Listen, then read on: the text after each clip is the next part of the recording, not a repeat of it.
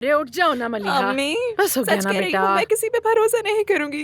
गलती की भरोसा करके मैं कातिल बनने वाली थी। लेकिन बेटी तुम जिस पर भरोसा करोगी इसका इंतखाब ऐसे नहीं करना चाहिए ना। देखो मिसाल के तौर पे लतीफ कितना प्यारा लड़का है।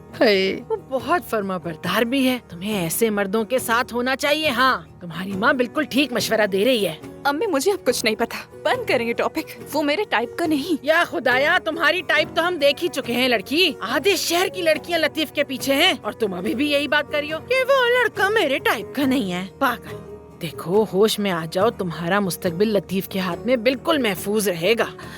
और अपनी माँ के बारे में भी सोचो थोड़ा, मेरा मुस्तकबिल भी उसके हाथ में है ना।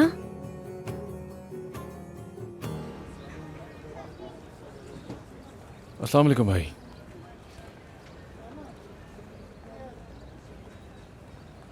अस्सलाम वालेकुम सिनान साहब।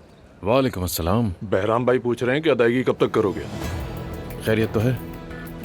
बहराम साहब कब से ये सब सवाल करने के लिए तुम्हें यहाँ भेजने लग गए, और बल्कि मुझे तो सिर्फ 2 हफ्ते हुए हैं। बहुत सब्र कर लिया, अब और इंतजार नहीं होगा। ठीक है भाई ठीक है, जाओ अपने आका को जाके सलाम कहो, दे दूंगा उनका कर्ज में। अब जाओ यहाँ से।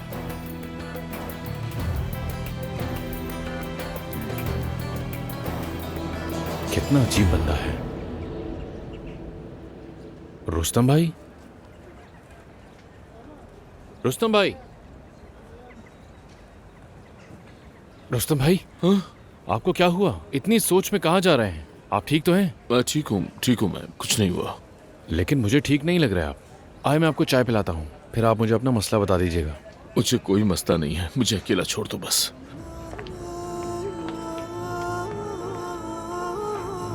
क्या हुआ है इन्हें?